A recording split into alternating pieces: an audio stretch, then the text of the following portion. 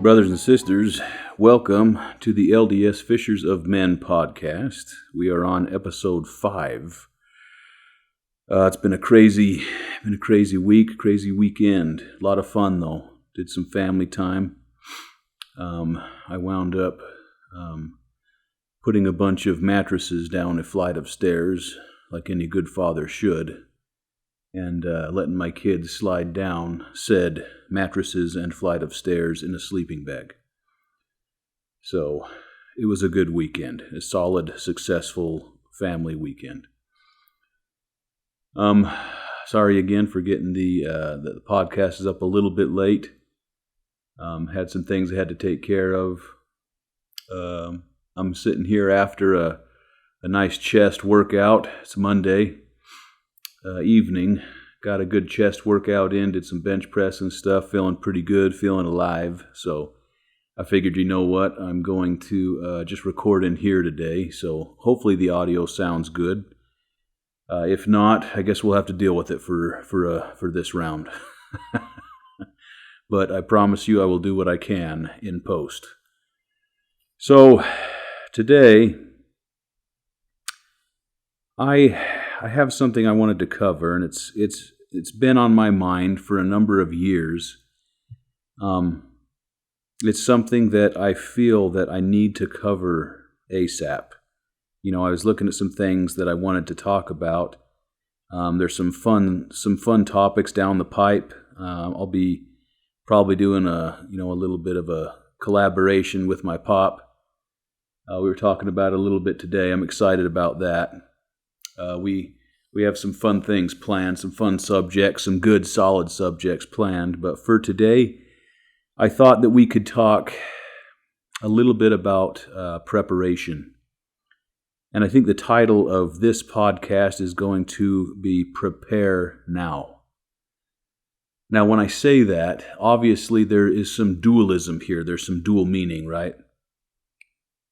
We need to be prepared in every aspect that we can think of, brothers and sisters. We need to step back and take a serious look at where we are in the history of humanity. If you read especially the Doctrine and Covenants, you will see that the Lord repeatedly will say that He is nigh even at the doors. You know, He'll say phrases like, and I come quickly, I come speedily, right? I'm even at the doors. Like, this is not to be taken lightly. And even if we do, you know, obviously a lot of things that I hear, a lot of the phrases that I hear, especially recently as well, they've been looking for Christ to come again for a long time. And it's like, number one, whenever we hear people say the second coming, quote unquote, right? What are we talking about? And I think I've mentioned this before, but let's recap real quick. Because the second coming, are you talking about when Christ you know, there's the great and dreadful day? Because that is, you know, that's the final time that He comes, that, you know, in His glory and stuff like that, and rescues the Jews and splits the Mount of Olivet when He touches His foot down on the Mount Olivet and stuff like that. And we, as the Church of Jesus Christ of Latter-day Saints right now, we are being purified. We are being sifted right now. The membership is being sifted. I don't know if that's news to you or not, but you can see it happening, right? You can see that there are what I like to call cultural Mormons that are being sifted out right now. And those that are left are true disciples and members of the Church of Jesus Christ of Latter-day Saints. This is not just a way of life to us, right? This is life. This is real. This isn't just a nice way to live. This is real. There is actually a Savior, and is, you know, what we would call Him is Jesus Christ, right? Yehoshua, if you're you know, speaking Hebrew. I think that it's important to understand that there are 3 separate times that Christ is going to come. The first time he comes will be at Adam-on-Diamond, where we have all of the prophets of the major dispensations there. They all report back to Michael, or Adam, the Ancient of Days, and Adam then reports back to the great Jehovah, to Jesus Christ, right? That will be the first time that he makes an appearance in that official capacity, right? Where he will be crowned as king and anointed as king. The second time will be after Zion has been redeemed. It'll be after the lost 10 tribes have returned. And those of us who are called upon, and those of us who are worthy and who have endured well and have been sifted on the right side of Christ, we will have taken part in the building of the New Jerusalem in Jackson County, Missouri.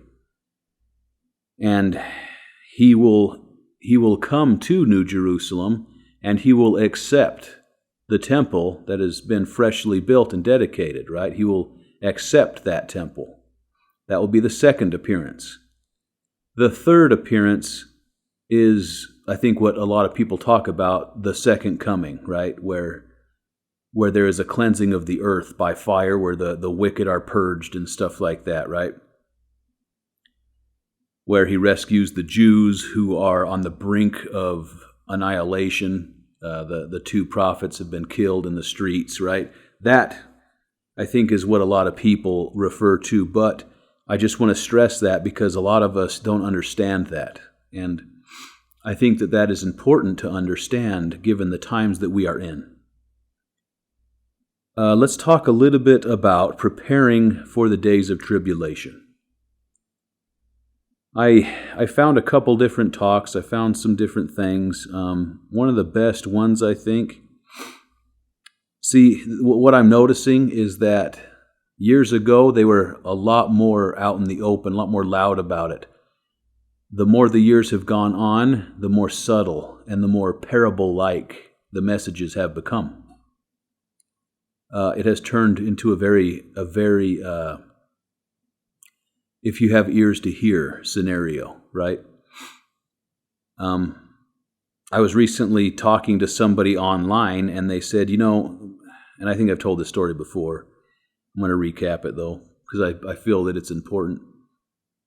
He said, President Nelson, he hasn't really prophesied or said anything significant like a prophet of God should, like an oracle should of God. And I thought, oh my gosh, it blew my mind. And so I cited to him a couple different things. I was like, are you kidding me? When he was talking to the young women, the Relief Society during one of the General Conference sessions for the Relief Society, he talked about how they and their daughters were going to be a part of the group that would welcome in the city of New Jerusalem with Enoch. Like we're talking about Enoch and the New Jerusalem, their city of Zion, right? And how our New Jerusalem would meet them. Like, is that not incredibly prophetic? How about when he talked about how we will see with our eyes what prophets and what Nephi saw only in vision, that we would witness live what Nephi saw in vision, right? I mean, there's some huge stuff here. His message, going from an apostle to a prophet, right? Back in 2014, President Thomas S. Monson said, there isn't much time to prepare. He's like, look, it's the time to prepare is getting to where we need to hurry. We're at that point where we need to hurry. And under President Nelson, the message has changed to time is running out. We're about out of time. There's been a shift, and there's more urgency in the message now. It's in that spirit that I wanted to talk about preparation. So let me get into this here with Ezra Taft Benson from October 1980. Okay, this is General Conference, October 1980. The talk is called "Prepare for the Days of Tribulation." Just as a precursor, I'm going to define according to Merriam-Webster, the dictionary, what a tribulation is.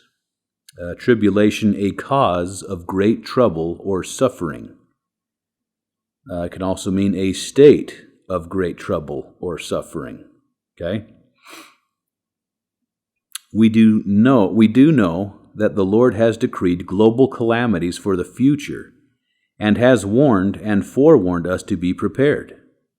For this reason, the brethren have repeatedly stressed a Back to Basics program for temporal and spiritual welfare. Let me pause there. Notice that he said temporal and spiritual. Okay, we can't have one without the other. Today I emphasize a most basic principle: home production and storage. Have you ever paused to realize what would happen to your community or nation if transportation were paralyzed, or if we had a war or depression? How would you and your neighbors obtain food? How long would the corner grocery store or supermarket sustain the needs of the community? Let me pause again. This could have been said yesterday or today. This is a timeless paragraph right here. And this was said in 1980s before I was around, right? Think about current events, brothers and sisters. We have never been closer to World War III than we are right now. Now, this whole Russia-Ukraine thing could turn out to be a big nothing burger. You know, let's hope that we have some time. I would like some extra time, you know. I don't know that we'll ever feel fully prepared. But if we ignore now the danger that we are in, and it's been that doomsday clock, you know what I mean? It keeps getting closer to midnight. As the years go on, we're hearing of more wars, more rumors of wars, and those have always been around.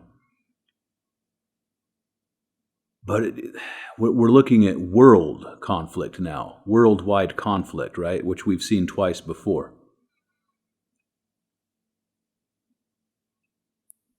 It's very interesting to me, especially with not just the conflict side of things, but the COVID-19 pandemic, right?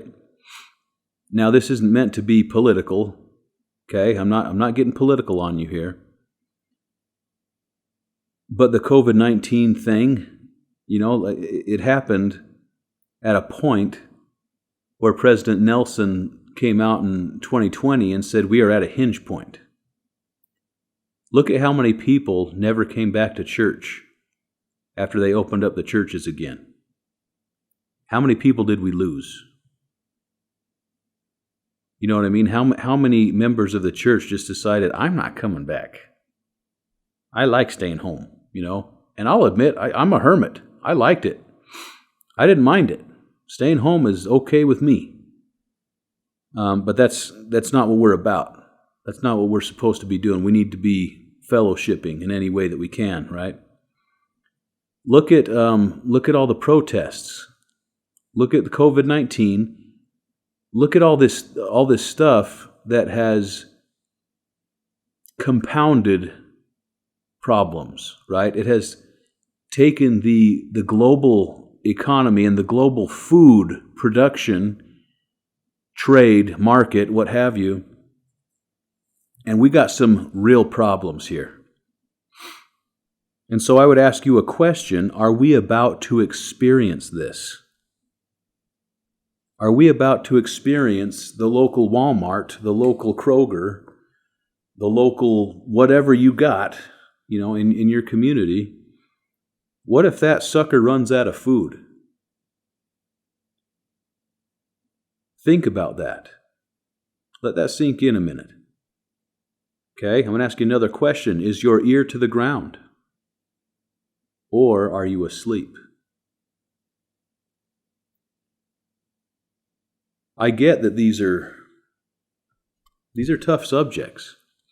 These are stressful subjects, and I've personally talked and mentioned things like this, and I try not to be a gloom and doomer, But it's funny because, a lot of people have labeled me as that when I say, hey, this and this and this is going on, maybe make sure that you got some food.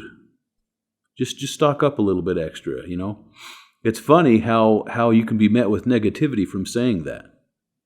I've had people who legit don't want to hear that because it stresses them out. And I say, okay, and I don't bug them again about it. And there's a certain group of people who I will tell, I'll say, hey, here's what's going on. Here's I have my ear to the ground. Here's what's going on, Now, you can't let it take over your life, but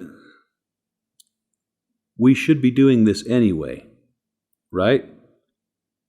We're supposed to be prepared anyway. Okay, let me get back on here to the road to Damascus. Going back to the talk, Ezra Taft Benson's talk.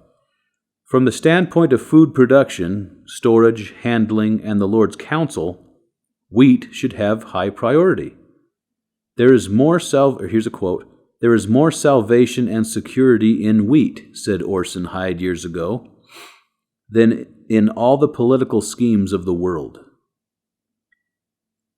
That's pretty profound, right? Water, of course, is essential. Other basics could include honey or sugar, legumes, milk, products or substitutes, and salt or its equivalent.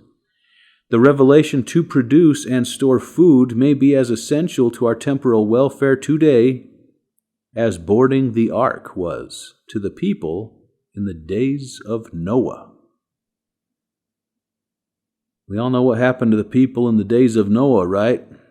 Out of the entire Earth's population, 8 people made it out because they listened.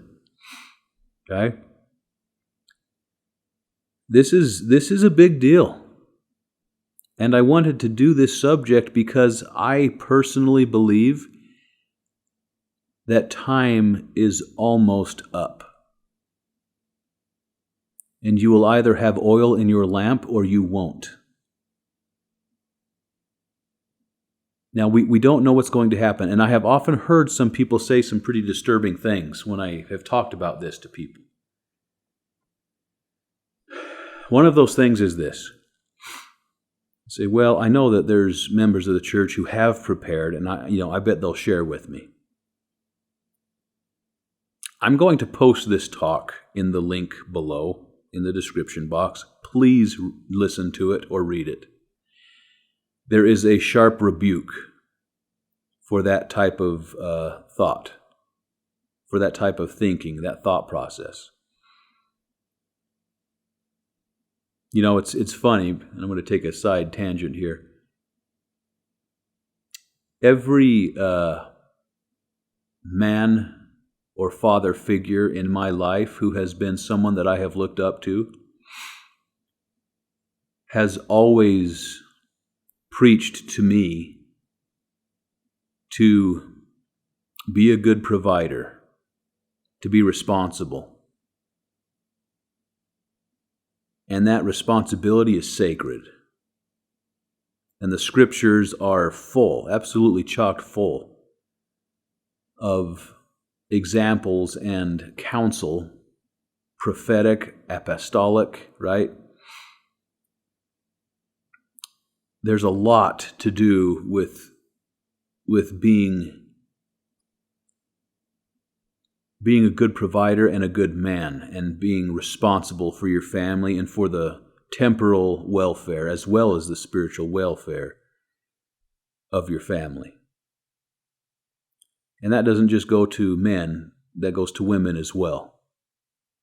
But I think that us dudes really need to take that and run with it, right?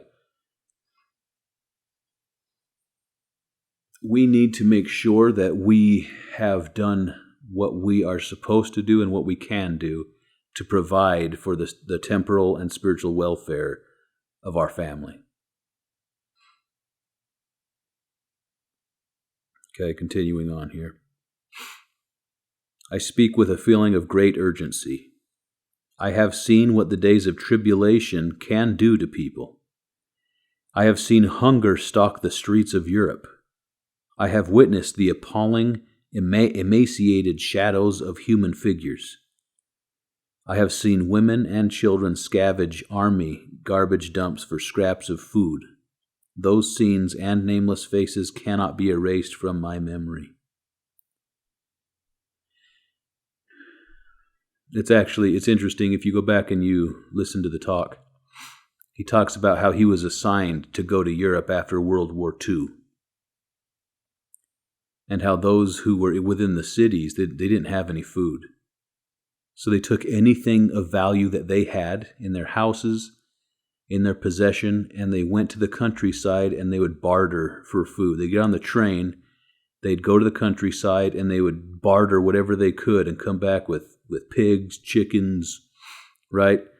It's funny because President Ezra Taft Benson, he says, that they came back with all sorts of brick and brack and stuff like that, and it was a racket, when they come back on the train. And they were doing it so that they could survive. It was survival. They didn't have a choice. That type of stuff, that kind of runs a chill down Alan's spine. And I hope it does you. This isn't meant to scare. This isn't, if you're not prepared, you're in luck because you can go to Walmart tomorrow and you can get some basic supplies, okay? Now, the counsel has always been, look, don't be stupid. Don't go and rack up a bunch of credit card debt to get a bunch of food storage, okay? We're not at that point. What my counsel would be, this is Alan, okay? I would get you something. Start working on it now and budget it out. Even if you have to take a little bit out of savings, I would do that now. And I would do it on the down low. Don't make a big deal about it, okay? Just start doing it now.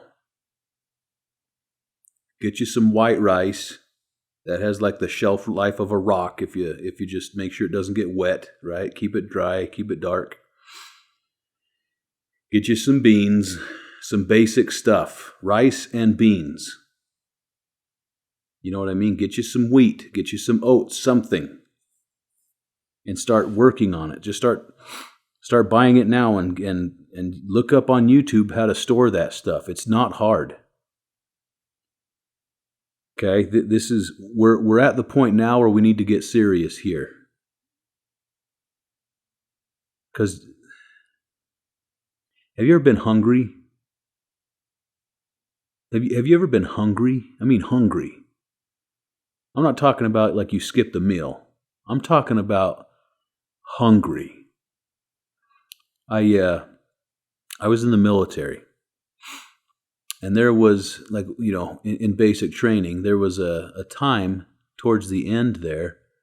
Our drill sergeant, he was an Army Ranger, and we were asking him about Ranger training and stuff, and he was like, "Do you want a taste of it? Do you want a little taste of Ranger training?" We said, "Yeah, sure, heck yeah. We're young and stupid. Why not?" So we basically did sleep deprivation and food deprivation. And, I'm sure it was bending the rules a little bit. Probably wasn't supposed to do it, but he gave us a little taste of it, and it was only for about a day where we didn't really have any food and we didn't get a lot of sleep. And any of you who have served know that you are burning some calories during training. You are burning calories. You come back in the best shape of your life, right? I have never been so hungry in my entire life. I was starving the next day. I was ravenously hungry. I can't imagine what it would be like to be 4 days without a meal. And I don't want to know what that's like. You can have it. I don't want it. Okay, that's why I have chosen to store food. And sadly, that has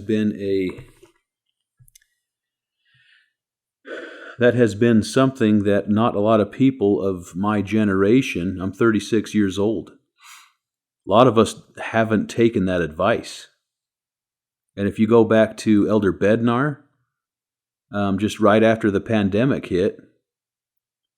He talks about it and he's like, guys, just because we haven't hammered that home the last couple of years, that doesn't mean that advice is still not fully in force. It's there. Please, get ready, get prepared. That COVID-19 thing, I think that was a wake-up call, guys. I think that was hey, one last call here. You don't got to go home, but you can't stay here, right? Okay? I'm belaboring the point here, but I want you guys to understand where we're at, and I got some other data points here that I want you to listen and understand, okay? Going to the church newsroom, okay? This is October 17th of 2020. Sister Eubank at the G20 Interfaith Forum address entitled Faith and Food, okay? Listen to this. Quote, double the number of people in 2020 are facing acute food insecurity, up from 2019. Okay, now you might be saying, well, that's just for that year, right? Okay, listen to this, another quote. Without being too alarmist, if we do not address this crisis in a coordinated manner, it is projected to grow to be amongst the worst famines in human history.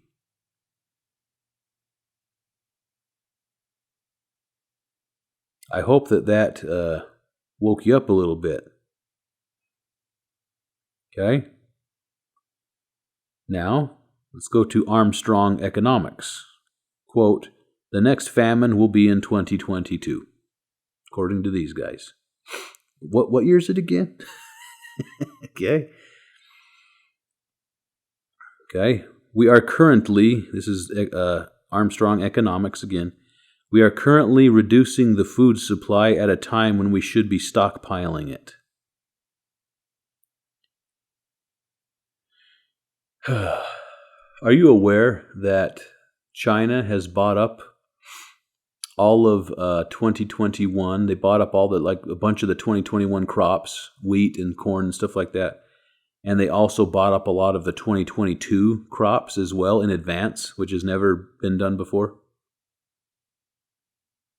A lot of our producers. Interesting, isn't it? Very interesting. Okay, here's a question for you. How is the Russian invasion of Ukraine going to affect food supply and prices? Mind you, this is at a time, as I have just stated here, as we've just read, this is at a time when because of the pandemic, because of other issues as well that go along with that, from the protests and stuff like that, and the outright riots, the communist color revolution riots that took place as well. Okay? A very bad deal. Very bad deal. Very wicked stuff going on. All of these things have compounded into a problem. Okay? Where we say, look, Sister Eubanks is like, guys, if we don't address this and if we don't coordinate on this, this is going to be amongst the worst famines in human history. We're in the middle of it now, guys. This is it. You ever wonder why your food prices are going up? Okay. Now going back to the Russia invasion of Ukraine, you know that Ukraine is the breadbasket of Europe, right? They produce a ton of food, of wheat. Okay? There was a bunch of barges that were carrying wheat in that area in the ocean, okay? And they got hit with projectiles. They had to divert. Now, they didn't sink, luckily, but they could not get to port. They had to divert. They were filled with food, with wheat and stuff like that. We keep having these problems year after year with our food supply, and it's compounding. It's building. It's like a cancer. Okay? And it's growing. It's growing. It's growing. It's not getting any better. Okay?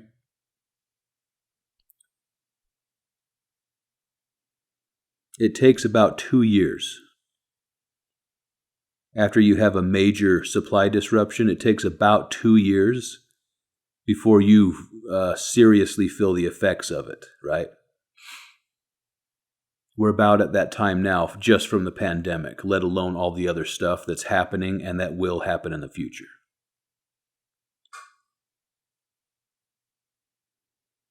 Okay? Tribulation is going to come no matter what. That's my next bullet point that I have here. Tribulation is going to come no matter what. I'm not trying to be doom and gloom here. I'm trying to bring you some facts, some harsh reality, in hopes that you can prepare now as best as you can. Okay, here's another quote. Too often we bask in our comfortable complacency and rationalize that the ravages of war, economic disaster, famine, and earthquake cannot happen here. Those who believe this are either not acquainted with the revelations of the Lord, or they do not believe them. Those who smugly think these calamities will not happen, that they somehow will be set aside because of the righteous of the saints, are deceived and will rue the day they harbored such a delusion. The Lord has warned and forewarned us against a day of great tribulation, and given us counsel through His servants on how we can be prepared for these difficult times. Have we heeded His counsel? I'd like to point out, how did He give that counsel? Through His servants. Okay? There's that church administration. There's that foundation again. You see why Satan wants to get you away from them? It's not just spiritual. There's some temporal salvation here as well. And there's some temporal consequences.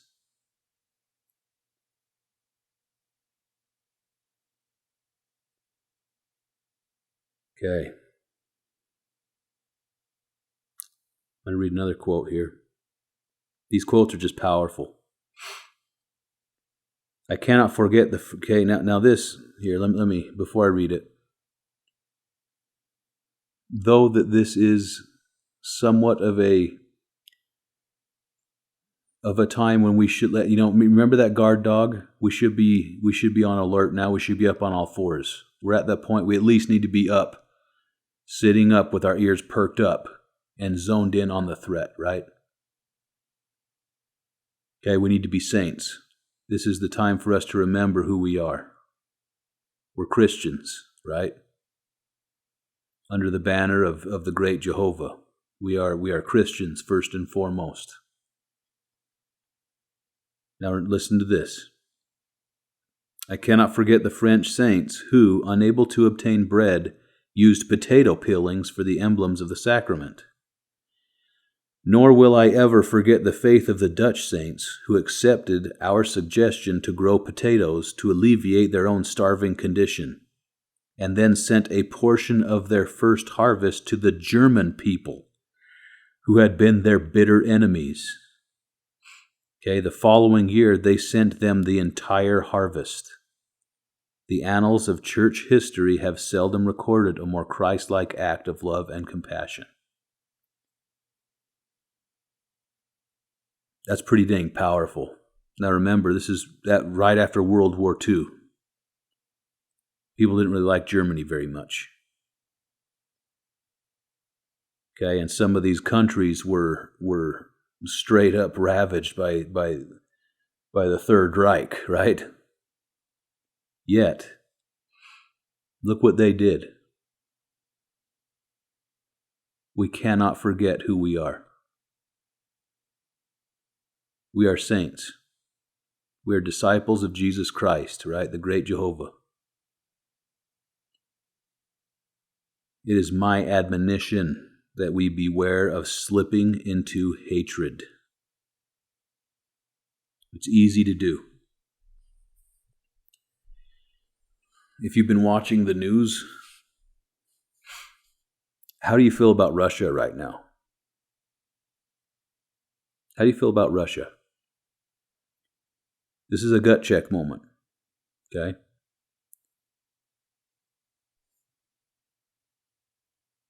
Have you had some thoughts about Russia where you're like, man, it's time for us to go in and kick some butt. It's time for us to go show those Russians, no. There are Russian saints, brothers and sisters. I hope that nobody judges me as an American by my government. I hope that they don't judge me by my government. Especially now, okay? But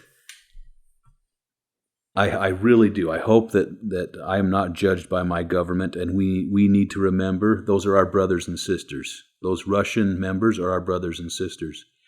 And those Ukrainian members are our brothers and sisters, okay? It doesn't matter.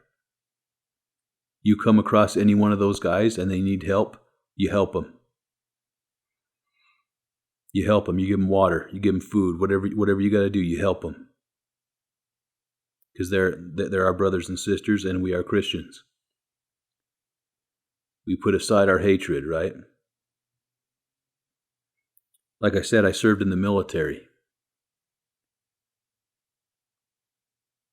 How do I word this?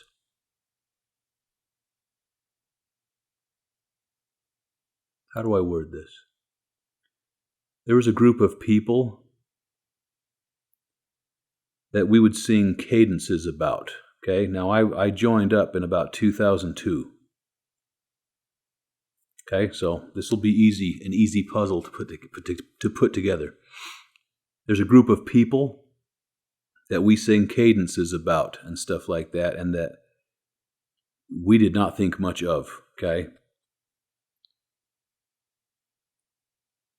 And it took me a while to really even be able to come back from that in my heart. To not think of them as ironically godless animals, right?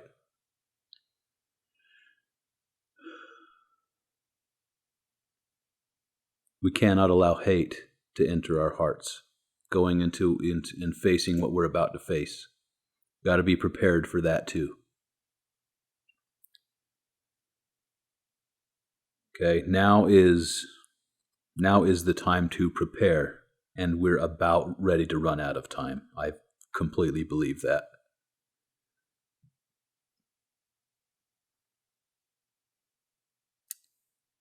Another quote, "We encourage you to be more self-reliant, so that as the Lord has declared, notwithstanding the tribulation which shall descend upon you, the church may stand independent above all other creatures beneath the celestial world."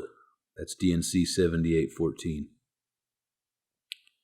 The Lord wants us to be independent and self-reliant because these will be the days of tribulation. This was said in 1980, by the way. He has warned and forewarned us of the eventuality. President Brigham Young said, "If you are without bread, how much wisdom can you boast? And of what real utility are your talents, if you cannot procure for yourself and save against a day of scarcity these substances designed to sustain your natural lives?"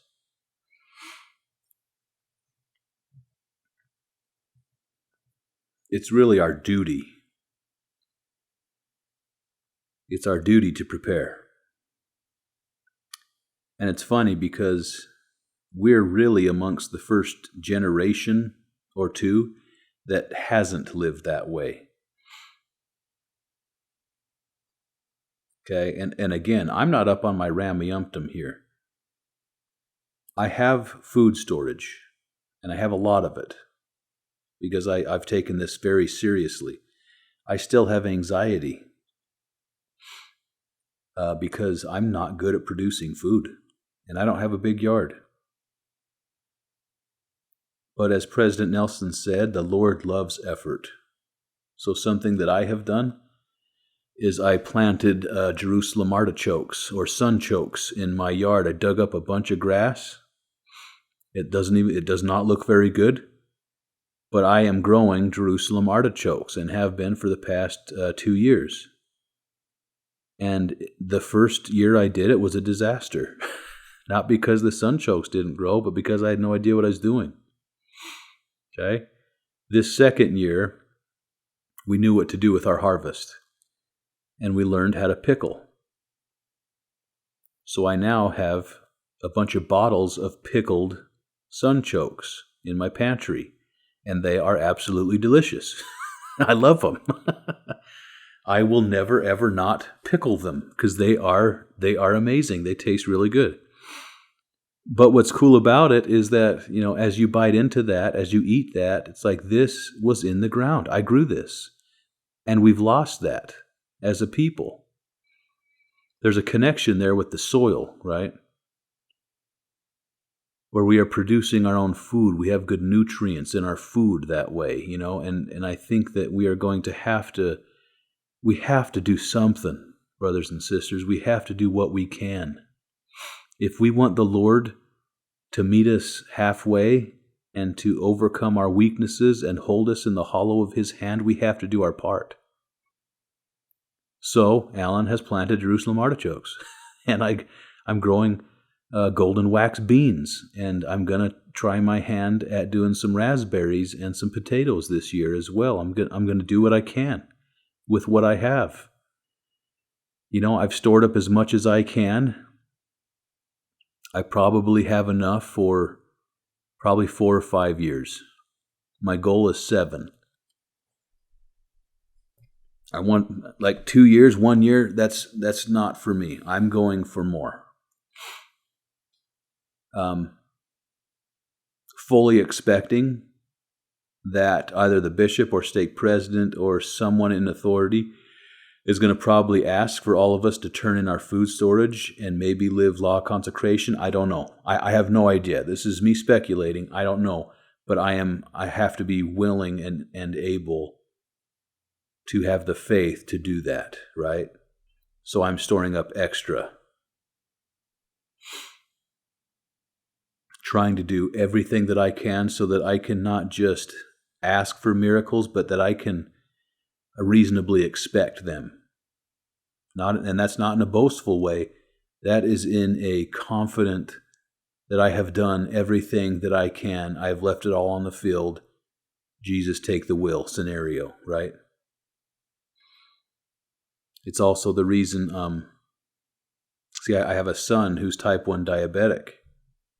Any of you who are familiar with that, that's not the one. Type 1 and type 2, right? Type 1, you are insulin dependent. Your pancreas doesn't work. Type 2, you can manage with diet. Type 1, you have to have insulin or you die.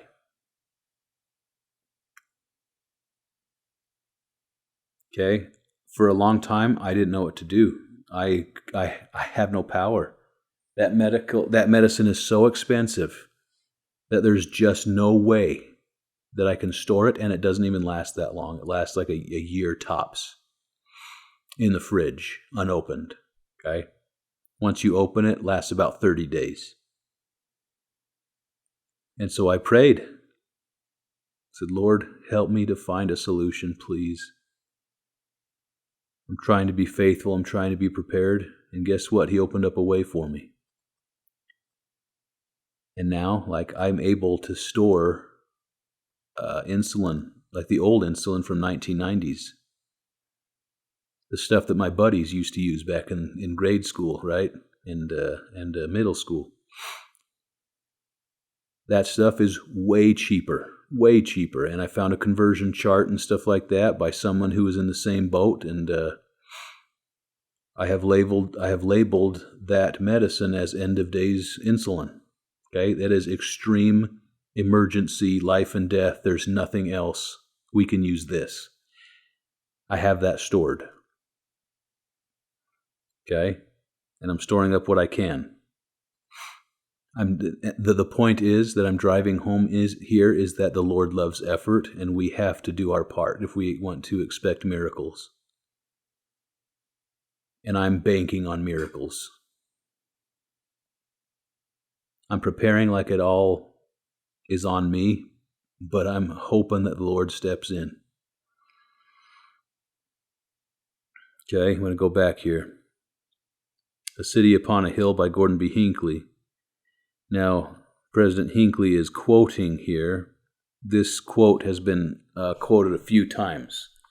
This is just one of the more recent ones that I happened to choose. I could have chosen any one of them. J. Golden Kimball even, he quotes his relative here, I believe his father, Heber C. Kimball. President Hinckley is quoting him right now. In 1856, this is from the Ensign of July 1990, called A City Upon a Hill, Gordon B. Hinckley. In 1856, when the Latter-day Saints were largely alone in the western valleys, some people thought we were safe from the ways of the world. To such talk, President Heber C. Kimball of the First Presidency responded, quote, I say unto you, my brethren, the time is coming when we will be mixed up in these now peaceful valleys to the extent that it will be difficult to tell the face of a saint from the face of an enemy to the people of God. Then, brethren, he went on, look out for the great sieve, for there will be a great sifting time, and many will fall. For I say unto you, there is a test is coming. And who will be able to stand? I do not precisely know the nature of that test, this is Gordon B. Hinckley, but I am inclined to think that the time is here, and that the test lies in our capacity to live the gospel rather than adopt the ways of the world. I think we see that happening a lot at BYU, don't we? I think we see that happening a lot to any of our students that we send to university. Okay? They come back with a lot of crazy ideas, don't they? Going back to the quote, we can maintain the integrity of our families if we will follow the counsel of our leaders. Look at that. They're hammering that, aren't they? The foundation, 2 Thessalonians. As we do so, those about us will observe with respect and be led to inquire how it is done.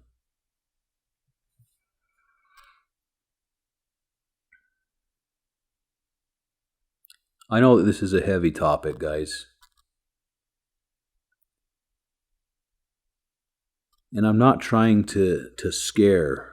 I'm really not. I'm not trying to instill fear at all.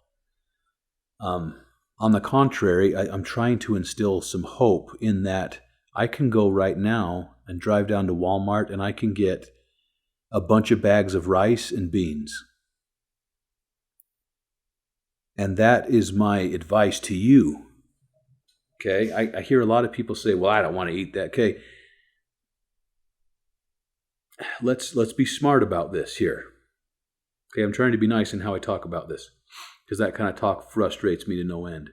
Number one, do you want to eat air? You know what I mean? Like, we're talking about bang for buck scenario here. You want the best bang for your buck? Get some rice and beans. Get some basic stuff. If you don't know how to cook it, get on YouTube and learn. Okay? This is life-saving stuff. Calories.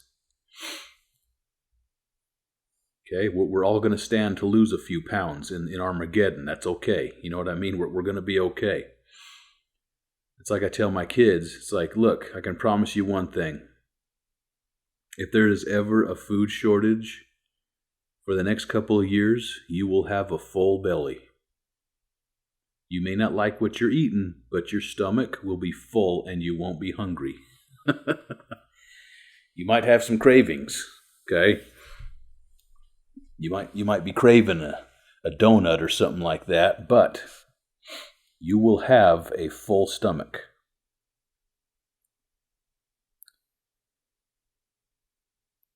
So get you some rice and beans. Go down to Costco.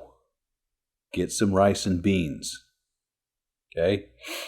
Get some wheat. Here in Utah, they got Lehigh Roller Mills wheat. Okay? Or Augustin Farms. You got those big old wheat buckets. Get you some wheat. Now, there is another little trick that you can do. And I'm not advising you to do this. I'm not a doctor. I am not a scientist. Okay? This is something that I have heard that you can do. I may or may not have done it myself. Okay? If you feel that the time is really drawing nigh, like I do, if you feel that you need to get what you can quickly, if you go to a mill, if you have a mill that is close to you where they sell feed wheat or feed barley or feed dent corn, okay, stuff like that, then you can go and you can get your own 55-gallon barrel, or you can get your own 5-gallon buckets, and you can go there and they will fill them up with extraordinarily cheap wheat. It's a fraction of the cost, okay? Now, some people, that's not appetizing because you will find little bits and pieces of grasshopper and stuff in them, and little bits and pieces of the wheat plant. It doesn't go through the cleaning, the later stage cleaning processes that our current, like our people wheat does, right? But it's still wheat. Give it a good washing before you eat it, and mark it as emergency, right? If you do that and you get some Mylar bags with a hot clothes iron, if people still have those, I do, for that purpose actually. Funny enough, for sealing up Mylar bags, okay? Look it up on YouTube. You can store up a ton of wheat very quickly. Turn on some General Conference or whatever show you want to watch, okay? Turn on The Office if you have to, whatever you got to do. Make a night of it. You and your spouse, or you and whoever, okay? You and your brother, you and your sister. And get you some 5-gallon buckets. Get you some Mylar bags, some 5-gallon Mylar bags off of Amazon. Get you that hot iron, okay? Make sure your kids aren't around. And make a night of it. Get some oxygen absorbers. Seal it up. You can get a ton of food fast for a fraction of the cost. You can have some wheat. And any bugs that are inside will die from the oxygen absorbers, and when you grind it up, you'll have some extra protein anyway, okay? These are things, if there is a will, there is a way. And if you put forth the effort, the Lord will meet you halfway, okay? It's one of those things, and it's that simple. We still have time. We can still do this, guys. Again, I'm not advocating that. It is something I'm throwing out there. You can choose to do it or not. It's up to you. I may or may not have done that myself and have a couple thousand pounds of that, type of thing in storage. But I'm with anxiety. I share this information with you. And I'm going to also post in the description box a link to, I can't remember the sister's name, but she did a presentation on Latter-day Media, and she covers a lot of the same information. Something that obviously when you're talking about preparation, you're going to be talking food storage and stuff, but she really paints a pretty crazy picture about where we're at, and that was a year or two ago.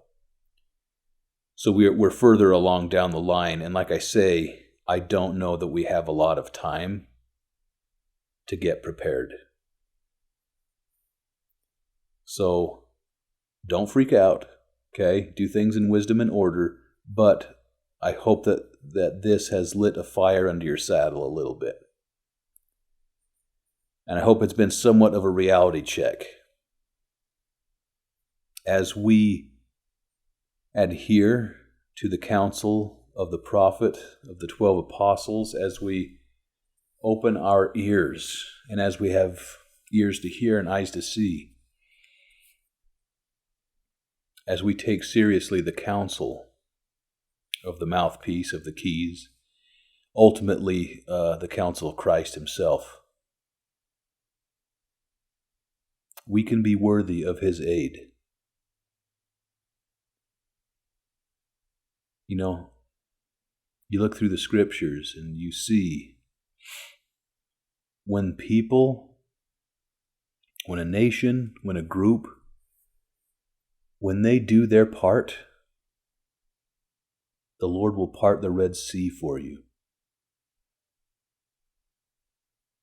He absolutely will part the Red Sea for you. He will fight your battles. He will provide manna for you when you do your part. We have to do our part. We have to be prepared and we have to be responsible for our families. I love you guys. I care about you. And I want to see you at the feet of Christ as we are on our knees. Hopefully at New Jerusalem, after we have built the temple, after we have redeemed Zion, and we are there with our brethren, our lost brethren of the 10 tribes who are supposed to come back. I want to see you there. I want to, whether it's on this side of the veil or the other, you know.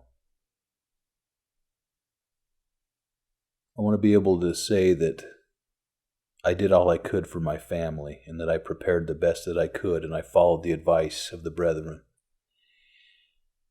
And that I raised my voice in warning to others as well, to my brothers and sisters, to you.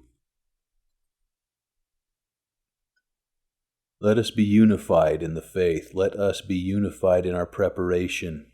Let us be Christians. Let us be willing to share. Let us be willing to do everything that we can so that we can expect with confidence and faith miracles from the great Jehovah.